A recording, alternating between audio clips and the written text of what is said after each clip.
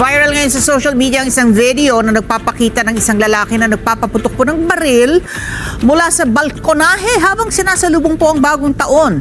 Sa naturang video, makikitang ilang beses siyang nagpaputok na itong baril. Ang video binahagi sa Facebook ng isang user na siya rin namang nasa footage. Batay sa kanyang profile, isa po itong overseas Filipino worker na nakabase po sa Italy. Gayunpaman, ginit niya sa mga susunod na post na laruan lamang daw itong baril na kanyang ginamit. Umani ito ng iba't ibang reaksyon mula sa mga netizen kabilang pagkabahala sa posibleng panganib na dulot nito. Lumabas din na hindi ito yung unang insidente matapos may ugnay ang naturang lalaki sa pagpapaputok ng baril noong January 1, 2025. Sa ngayon, hindi pa po malinaw kung sa loob ba o sa labas ng Pilipinas naganap ang naturang insidente.